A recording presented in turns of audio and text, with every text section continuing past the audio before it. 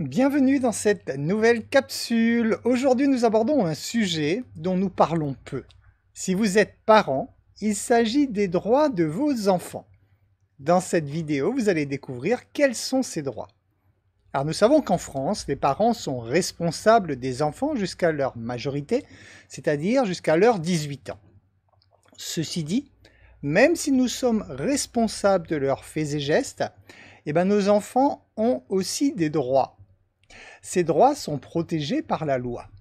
Alors, les droits des enfants sont définis par la Convention internationale des droits de l'enfant, qui a été signée le 20 novembre 1989, qui a été donc adoptée par l'Assemblée générale des Nations unies.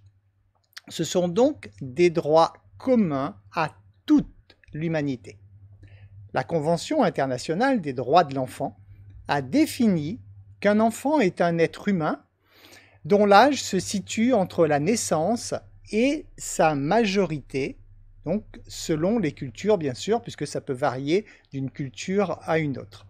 Donc l'adolescent n'est pas vraiment défini officiellement, donc on appelle vraiment enfant tout être humain qui n'a pas encore donc atteint l'âge de la majorité. Donc on va donc parler de l'enfant en général, puisque c'est comme ça que la loi le définit. Voici donc une liste de 8 droits fondamentaux des enfants. Premier droit, l'enfant a droit à la vie.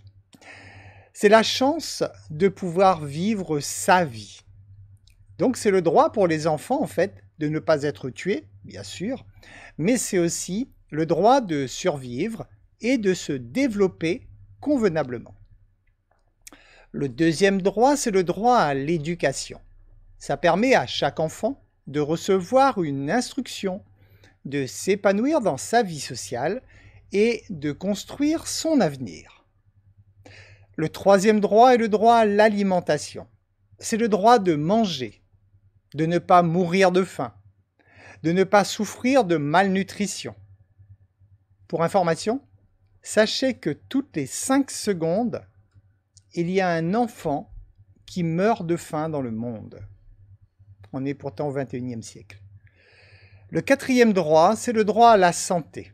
Ça permet aux enfants d'être protégés contre la maladie et de s'épanouir pour devenir des adultes en bonne santé, ce qui contribue donc naturellement au développement de sociétés plus dynamiques. Le cinquième droit, c'est le droit à l'eau. C'est le droit à une eau saine et de qualité, ainsi que le droit à des moyens d'assainissement adéquats. Le sixième droit, c'est le droit à l'identité. Le droit d'avoir un nom, un prénom, une nationalité et de connaître ses parents. Alors, petite parenthèse sur ce point, cette loi en fait va à l'encontre de la loi pour les femmes qui accouchent sous X. Donc en fait, la loi a dû être un peu modifiée pour permettre en fait aussi bien à une mère d'accoucher sous X qu'à un enfant de pouvoir accéder au droit de connaître qui sont ses parents. Donc il y a eu un aménagement en fait, c'est-à-dire que toute femme qui accouche sous X doit laisser son identité, et si un jour elle le permet et que l'enfant décide de faire des démarches pour retrouver donc l'origine de sa mère entre autres, si la maman l'autorise, ça va être possible. Donc vous voyez que ce n'est pas à 100% acquis pour l'enfant de pouvoir connaître l'identité de ses parents, mais il y a des procédures qui peuvent l'aider à le faire, si la maman est d'accord. Il y a ensuite le droit aux libertés. Les enfants ont le droit de s'exprimer. Ils ont le droit d'avoir une opinion propre. Ils ont le droit d'avoir accès aux informations et de participer aux décisions qui les concernent.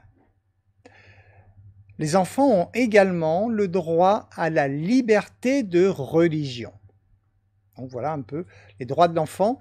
Le 8e droit, c'est le droit à la protection.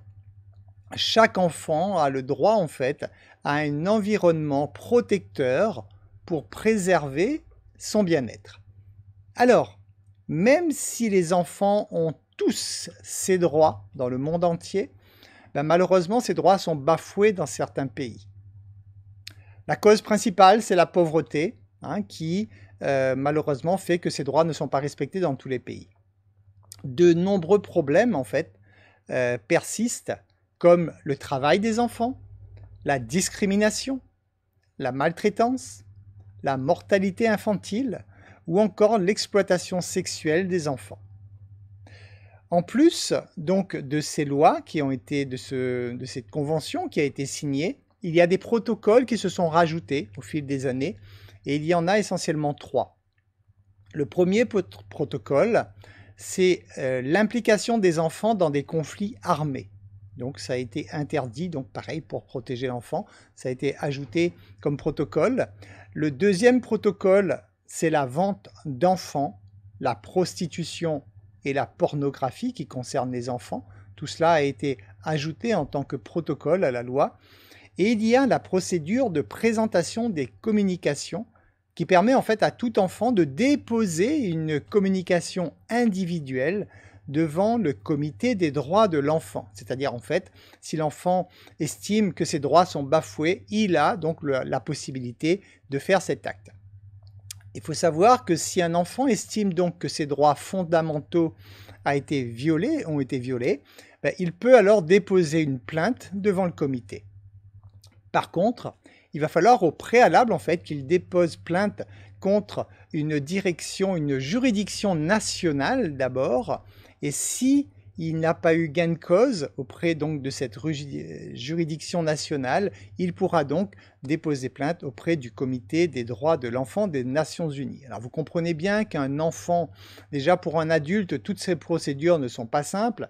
Imaginez un enfant qui doit faire cela. Il va de soi que généralement cet enfant devra être assisté par des assistantes sociales ou autres, mais donc il va falloir très certainement le soutien d'adultes pour permettre aux enfants donc, de faire ce type de démarche si vraiment ils estiment donc que leurs droits fondamentaux ne sont pas respectés. Voilà, j'espère que ces informations vous seront utiles, peut-être pas pour vous spécialement qui vivez dans les pays évolués, on va dire, avancés plutôt, évoluer est un très mauvais terme, c'est des pays avancés, mais ça vous permet au moins de connaître effectivement quels sont les droits de tous les enfants dans le monde, et lorsque vous pourriez prendre conscience que les enfants que des situations ne respectent pas le droit de ces enfants, ben vous pourriez éventuellement aider ces enfants à faire respecter leurs droits. Je vous remercie pour votre attention et je vous dis à très bientôt dans une nouvelle capsule.